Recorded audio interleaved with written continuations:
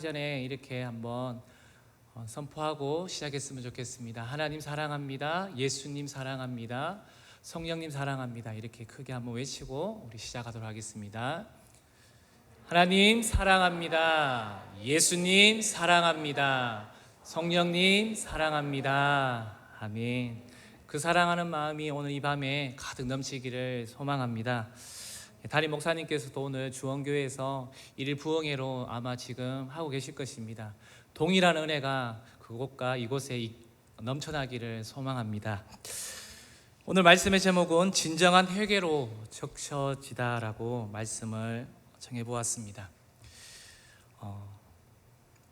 성경에는 구약과 신약으로 넘어오면서 마지막 선지자인 세례 요한은 광야에 살면서 오직 한 가지만을 위하여 세상의 화려함을 그는 포기한 사람이었습니다. 그 한 가지 목적은 바로 예수님을 소개하며 그 복음을 전하는 것이었습니다. 그는 회개하라 천국이 가까웠다고 그 짧은 메시지를 강하게 사람들에게 선포하였습니다. 오늘 읽은 5절에 보니 이 외침에 많은 사람들이 회개하고 요한에게 와서 세례를 받았다고 말씀하고 있습니다. 세례를 받았다는 뜻이 무엇입니까? 바로 그 뜻은 새로운 삶을 살겠다고 결정하는 것입니다. 이쯤 되면 요한의 사역이 성과를 거두었다고 우리는 볼 수가 있습니다. 세상적으로 보면 성공했다고 볼 수가 있습니다. 그런데 세례를 받고자 요한에게 나오는 바리새인들과 사두개인들을 향해서 요한은 이렇게 말합니다. 독사의 자식들아, 누가 너희를 가르쳐 임박한 진노를 피하라 하더냐 하면서 바리새인과 사두개인들을 향해서 독사의 자식들이라고 비판하며 하나님의 진노를 피할 수 없다고, 그리고 천국에도 갈 수 없다고 그들에게 외쳤습니다. 이 얼마나 강력한 말씀입니까? 만약 우리가 평생 동안 신앙생활을 했는데 어느 선지자가 와서 우리를 향해서 이 독사의 자식들이라고 우리에게 비판하면서 천국에 갈 수 없다고 말한다면 과연 우리는 어떤 마음이 들겠습니까? 그 충격이 아마 오래 갈 것입니다. 요한이 바리새인과 사두개인들을 향해서 이렇게 무섭게 비판한 이유가 무엇일까요? 그들이 회개는 하였으나 신용만 내었을 뿐 천국에 이를 만큼 그들은 진심으로 회개하지 않았다는 것입니다. 즉 철저한 회개를 통해서 확실한 변화의 열매를 맺지 못했다는 것입니다. 그렇다면 그들은 진정한 회개로 적셔지기 위해서는 무엇을 했어야 했는지 오늘 말씀을 통해서 세 가지를 보도록 하겠습니다. 첫째로 내 관점에서 하나님을 바라보는 어리석음을 회개하여야 합니다. 사두개인을 한번 보겠습니다. 예수님 시대의 사두개인들은 종교임에도 불구하고 죽음 이후의 삶에 대해서는 관심을 두지 않았던 부류입니다. 다만 현재의 권력과 부를 추구하면서 이 땅에서의 물질적 부유만 누리면서 그것이 최고라고 여겼던 사람들이었습니다. 그래서 그들은 사제직을 독점하고 유대의 최고 정치기구인 산헤드린을 장악해서 부유한 삶을 살았던 사람들이었습니다. 그들은 모세 오경을 주로 믿었습니다. 그러나 그들은 내세를 믿지 않았고 천사도 그리고 부활도 믿지 않았습니다. 그들은 상식을 벗어난 기적에 대해서는 이해하려 하지도 않았고 믿으려고 하지도 않았습니다. 자기들 입맛에 맞는 것만 받아들였다는 것입니다. 이것은 그들의 신앙에 있어서 매우 세속적이며 자기중심적인 것을 우리는 볼 수가 있습니다. 그들의 신앙은 성경에 근거한 신앙인 것보다는 자신들의 생각과 관점에 맞추어진 신앙이었다는 것입니다. 이러한 그들의 믿음은 순수한 믿음을 지닌 그 사람들까지도 방해했다는 것입니다. 오랜 세월이 흘러도 그들은 이런 불신앙의 기초에서 그들은 벗어날 줄 몰랐고 회개할 줄도 몰랐다는 것입니다. 그래서 요한은 이들을 향해 분노하며 장차 천국에 가려면 진정으로 회개하며 새로워지라고 외쳤던 것입니다. 크리스찬 중에도 성경이 이해가 되지 않거나 합리적이지 않으며 믿지 않으려고 하는 사람들의 부류가 종종 우리는 볼 수가 있습니다. 주님의 부활이 사실인가? 예수님이 물 위를 걸으셨다는데 그것이 사실인가? 천국이 있다고? 죽으면 그만이지 천국이 어딨어? 라고 말하는 사람도 많이 있습니다. 이렇게 상식을 뛰어넘는 기적 이야기만 나오면 이러한 부류의 사람들은 거부하기 시작합니다. 합리적이며 과학적인 생각에 믿음의 기초를 그들은 두었기 때문에 그렇습니다. 그러나 그 믿음은 하나님의 위대한 진리의 말씀보다, 하나님의 신실한 약속보다 내 판단, 내 생각, 그리고 내 감정에 기초한 믿음이기 때문에 그렇습니다. 그래서 이해가 되면 믿고 이해가 되지 않으면 그들은 거부하는 것입니다. 이것은 순수한 신앙을 왜곡하거나 불신앙의 모습을 보인 것입니다. 그래서 주님은 일찍이 신앙을 가지려면 나를 부인하라고 주님께서는 말씀하고 있습니다. 내 생각, 내 뜻을 내려놓고 하나님이 있는 그대로, 말씀하신 그대로 믿어드려야 하는 것입니다. 그럴 때 내 믿음이 바로 제대로 세워지는 것입니다. 천국에 이르는 믿음이 되려면 우리의 불신앙을 버려야 합니다. 온전히 하나님이 기뻐하시는 신앙을 가져야 하는데 이를 위하여 진정한 회개가 필요하다는 것입니다. 하나님을 우리의 사고 영역 안에 가두려 해서는 안 된다는 것입니다. 마치 하루살이가 자기의 수명이 다하여 이 세상에 내일은 없다고 한다면 얼마나 어리석습니까? 우리의 사고를 내려놓고 하나님이 말씀하신 대로 우리는 그대로 받아들이는 믿음이 필요하다는 것입니다. 영국의 대철학자요 수학자였던 알프레드 하이트헤드는 젊은 시절에 학문에 심취하면서 신앙의 깊은 회의에 빠지기 시작하였습니다. 그래서 신앙이 시시해졌고 급기야 그는 교회에도 출석하지 않게 되었습니다. 세월이 흘러 어느덧 인생의 황혼기에 그는 접어들었습니다. 하루는 그가 사는 도시에 폭설이 내렸습니다. 서둘러서 집으로 돌아오는 한 노인이 눈거덩이에 빠져 있는 것을 그는 발견하게 되었습니다. 그것을 보고 그는 즉각 그 노인을 구해냈습니다. 그 노인은 그에게 고맙다고 하면서 이렇게 물었습니다. 내게 큰 친절을 베푼 것을 보니 당신은 큰 신앙심을 갖고 있는 것 같은데 어느 교회에 출석하고 계십니까? 라고 이렇게 물었습니다. 그랬더니 그는 말했습니다. 나는 지금 신앙을 갖고 있지 않습니다. 라고 말했습니다. 신앙을 갖고 있지 않다고 그 말을 듣고 노인은 의외라고 생각이 들었습니다. 아니, 다 늙어서 아직도 예수님을 믿지 않는단 말이요? 그러다가 나처럼 뜻밖의 사고를 당하면 어쩌려 합니까? 라고 말했습니다. 나는 저 눈구덩이에 죽는 줄 알고 열심히 기도하고 찬양을 했습니다. 그는 노인이 확신의 참말을 듣고 자신을 돌아보며 자신의 지난 삶을 돌아보기 시작했습니다. 지금까지 학문의 세계만을 심취하느라 노인보다 못한 믿음을 나는 가졌구나라고 후회하기 시작했습니다. 우리는 이해되지 않는다 하여 하나님을 거부했던 자신의 옹졸한 생각을 그는 내려놓기 시작했다는 것입니다.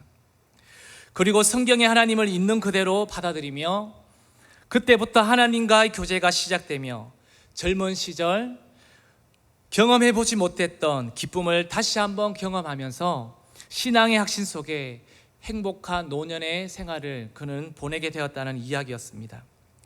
신앙은 내 생각을 내려놓고 하나님의 생각으로 범위를 넓혀가는 것입니다. 머리에서 가슴으로 내려오는 것입니다.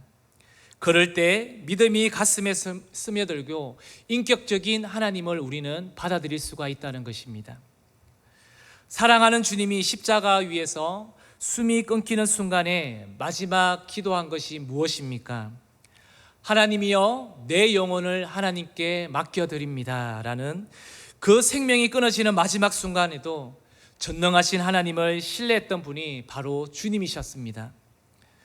하나님을 끝까지 믿고 신뢰할 때 하나님은 주님의 믿음을 보시고 바로 믿음의 승리를 얻게 하셨다는 것입니다. 우리는 우리의 제한된 생각으로 하나님을 찾아가는 것이 아닙니다. 하나님이 내게 무엇을 말씀하시는지를 듣고 그 말씀을 있는 그대로 받아들이는 것이 순서입니다. 그럴 때 살아계신 하나님이 내 속에 오시는 것입니다. 진정한 회개로 적셔지기 위해서는 두 번째는요, 바로 구원이 쉽게 이루어질 것이라는 안일함을 우리는 회개해야 한다는 것입니다. 이제 바리새인들을 보기를 원합니다. 그들 역시 회개는 하였으나 천국에 이를 만한 진정한 회개에 이르지 않았다는 것입니다. 그래서 요한이 진노한 것입니다. 그들이 회개하지 않는 이유는 무엇일까요? 그들은 자신들이 아브라함의 자손이니까 당연히 구원을 받을 것이라고 그들은 확신하며 생각했던 것입니다. 그래서 그들은 건성으로 대충 회개했던 것입니다. 요한은 이러한 그들의 마음을 깨트려 보면 마태복음 3장 9절에 이렇게 말했습니다. 다 함께 읽도록 하겠습니다. 속으로 아브라함이 우리 조상이라고 생각하지 말라. 내가 너희에게 이르노니 하나님이 능히 이 돌들로도 아브라함의 자손이 되게 하시리라. 이 말의 뜻이 무엇일까요? 웬만하면 대부분 사람들은 다 아브라함의 자손이라는 것입니다. 그러니 조상 때문에 구원받으리라고는 생각지 말라고 말하는 것입니다. 왜냐하면 그들의 조상만을 믿고 자신들도 쉽게 구원을 받을 것이라고 그들은 생각하고 있었기 때문에 그렇습니다. 그래서 요한은 바리새인들의 안일한 태도를 회개하고 새로워지라고 외쳤던 것입니다. 오늘을 살아가는 기독교인들을 보면 회개하는 것을 사실 불편해하는 것을 우리는 볼 수가 있습니다. 아니, 회개하지 않고 살아간다고 보아도 우리는 우리 스스로를 보면 알 수가 있습니다. 몇 가지 이유가 있는데요. 첫째, 아무리 많은 죄를 지어도 믿음만 있으면 구원받는다고 하는 생각입니다. 그래서 우리는 진심으로 회개를 하지 않습니다. 둘째는요, 내가 교회만 열심히 다녀도 저절로 구원받는다고 생각을 합니다.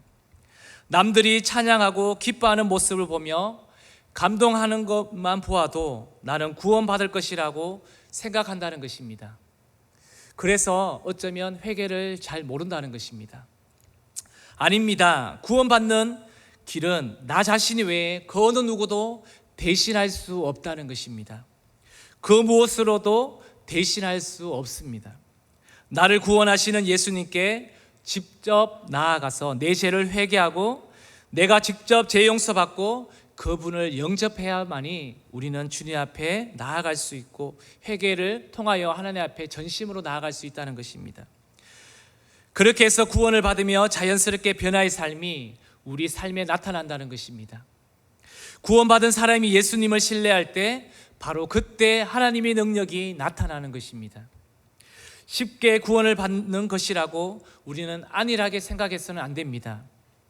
그 안일함을 우리는 날마다 회개해야 한다는 것입니다. 그리고 구원받기 위해서는 반드시 내가 직접 하나님을 영접해야 한다는 것입니다. 믿음의 친구들과 교제한다고 해서, 성경 공부를 한다고 해서, 찬양을 잘한다고 해서 구원받는다는 것이 아닙니다. 나 개인의 구체적인 회개가 있어야 하고 제3의 은총, 구체적인 예수님의 영접할 기회를 가져야 구원이 내게 임하는 것입니다. 이것은 신앙이 개인적인 것을 우리에게 말씀하고 있는 것입니다. 우리가 잘 알다시피 니고데모는 평생 동안 신앙생활을 했지만 구원받는 길을 그는 진정으로 몰랐던 것입니다. 구원받는 길이 그는 궁금해서 늦은 밤 조용히 주님을 찾아와서 어떻게 하면 거듭날 수 있는지 예수님께 물었습니다. 바로 이 말은 어떻게 해야지만이 내가 구원받을 수 있는 것입니까? 라는 질문과 같습니다. 그때 주님은 물과 성령으로 거듭나야 천국에 갈 수 있다고 그에게 말씀했습니다. 그렇습니다. 각 개인이 주님 앞에 나아가 직접 회개하고 주님을 영접해야 그 구원이 임한다는 사실입니다. 구원이 임하면 동시에 성령이 임하고 자연스럽게 변화의 모습이 나타나고 결국은 우리는 구원받는 자가 된다는 것입니다. 어떻게 하든지 구원을 받게 되겠지 하는 우리의 안일함을 가졌다면 오늘 이 밤이 회개하는 밤이 되었으면 좋겠습니다.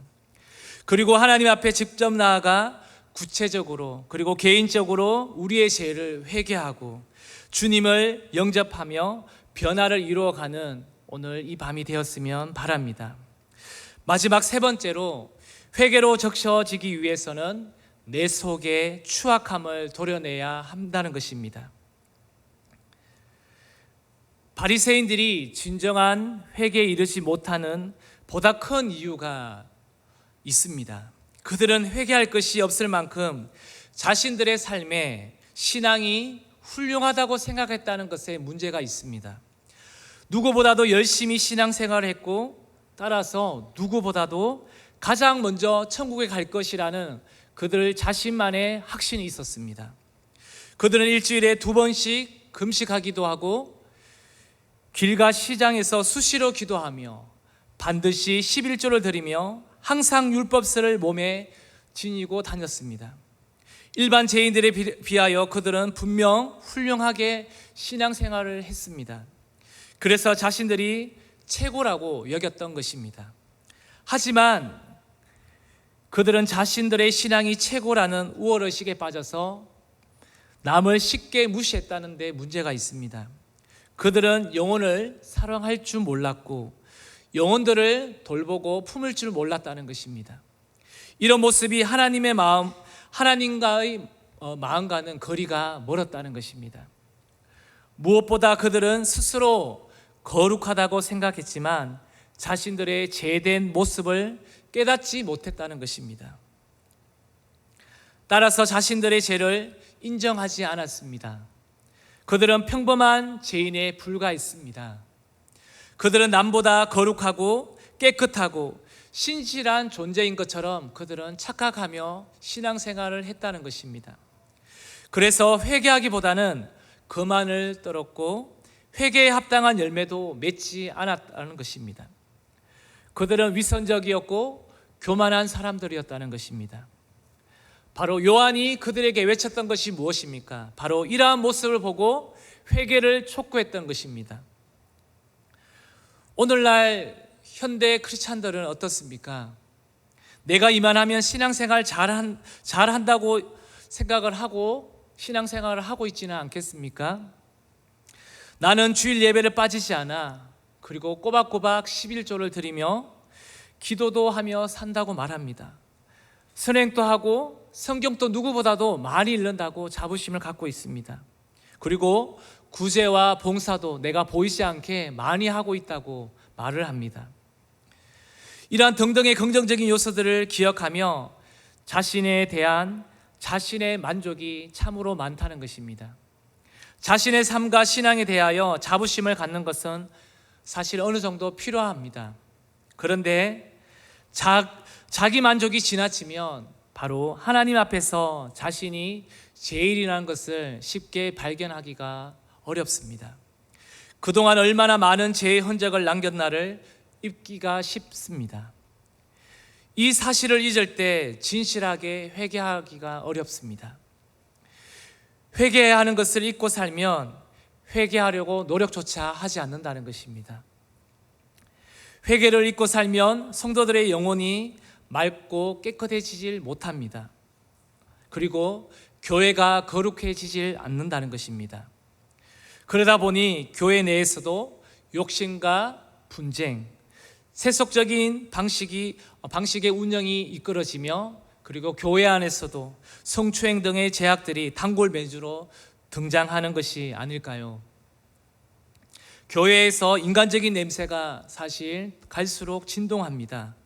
신실함이 없고 깨끗함과 순수함이 무너지면 교회로서의 영향력은 사라지게 된다는 것입니다. 교회는 회개를 가르치는 곳이 되어야 합니다. 바로 세례 요한이 외쳤던 것처럼 교회 안에도 그 회개의 외침들이 더 풍성해져야 합니다. 그 외침을 통해서 하나님께로 돌아오는 그 회개의 풍성함이 일어날 때에 교회가 교회의 역할을 감당할 수가 있습니다. 우리 교회가 그런 교회가 되었으면 하는 거룩한 열망이 있습니다.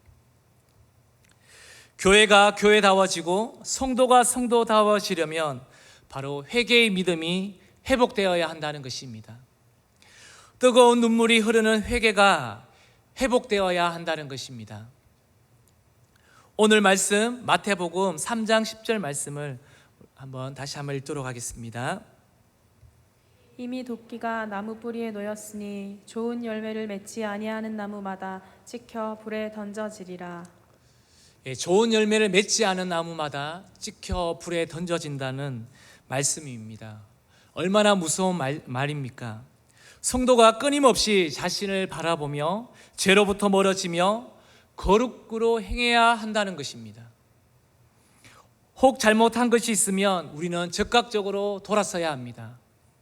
우리도 누군가를 혼을 내거나 자녀를 혼낼 때 그 자녀가 즉각적으로 돌아오기를 바랍니다. 시간이 지나고 난 뒤에 돌아오는 것은 효과가 떨어집니다. 누군가가 훈계를 했을 때에 그 반응 가운데 빨리 돌아오는 것이 효과가 있다는 것입니다. 누군가가 회개를 촉구합니까? 그렇다면 그 회개에 대해서 우리가 늦장 부리지 말고 그 즉시 회개할 때에 그 능력이 나타난다는 것을 믿으시길 바랍니다.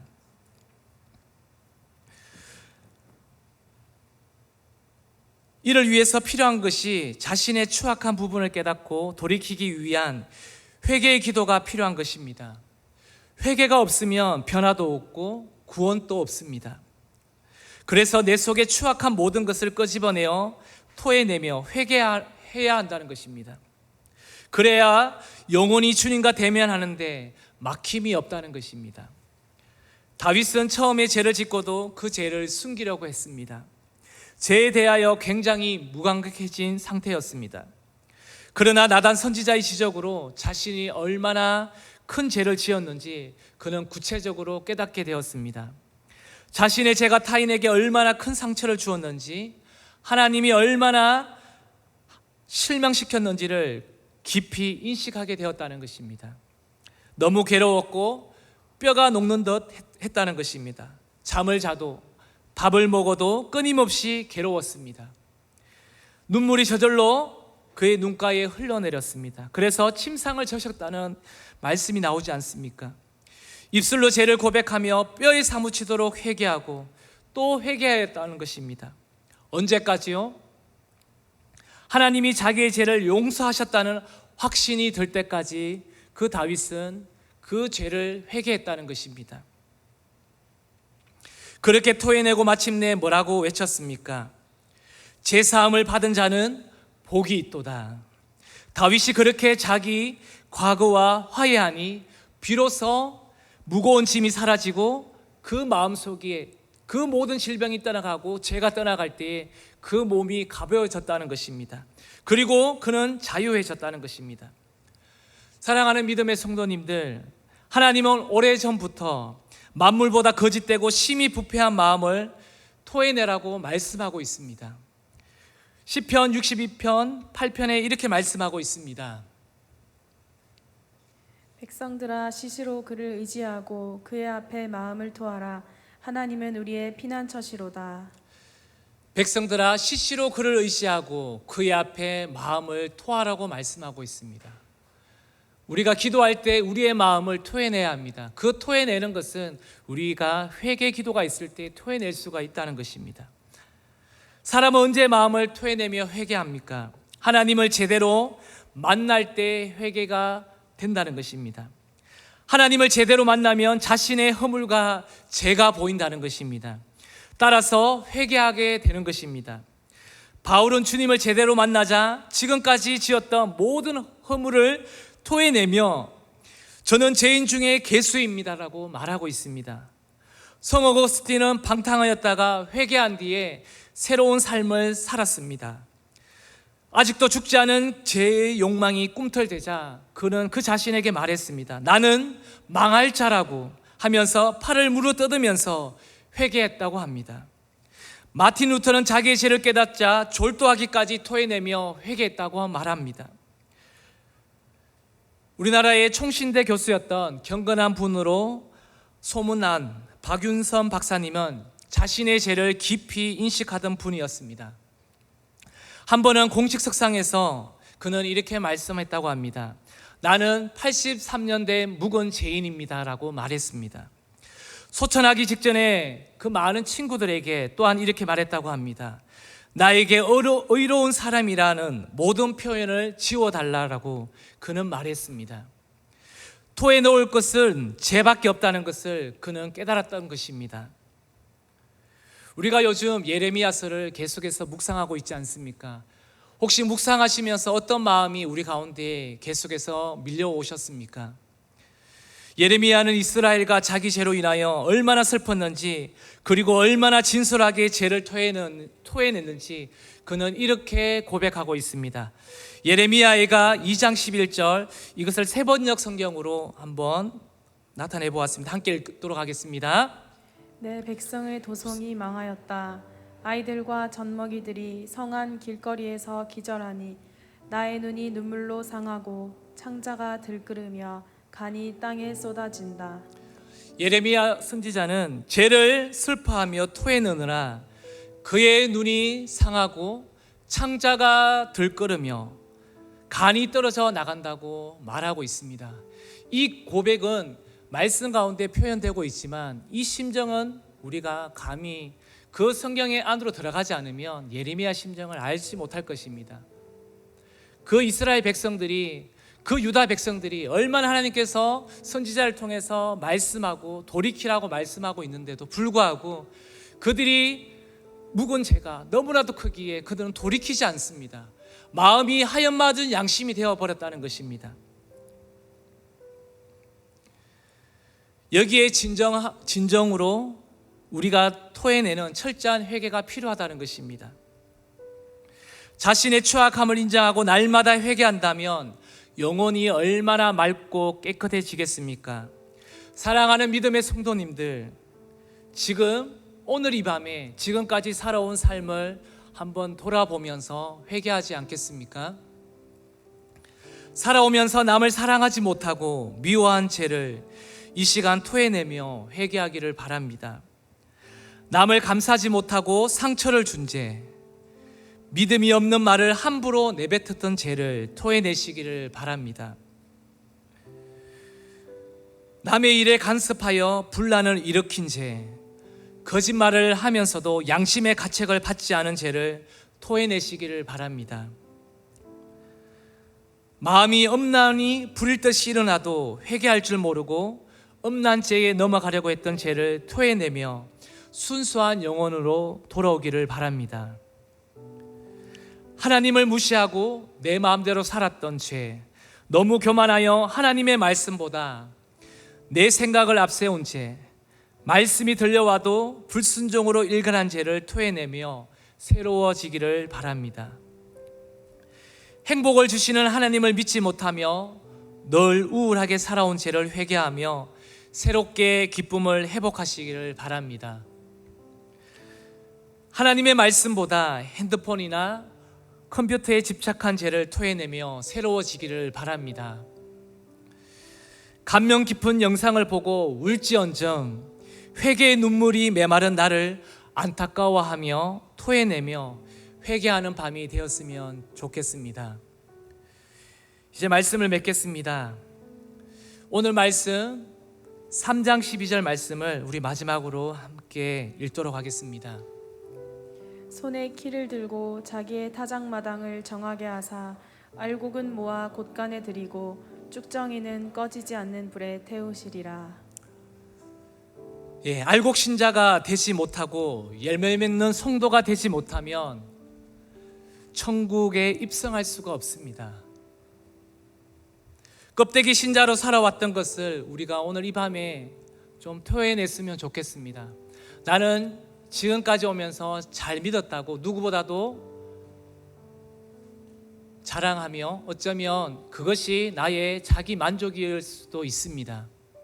오늘 이것을 우리가 주님 앞에 스스럼 없이 회개하는 밤이 되었으면 좋겠습니다.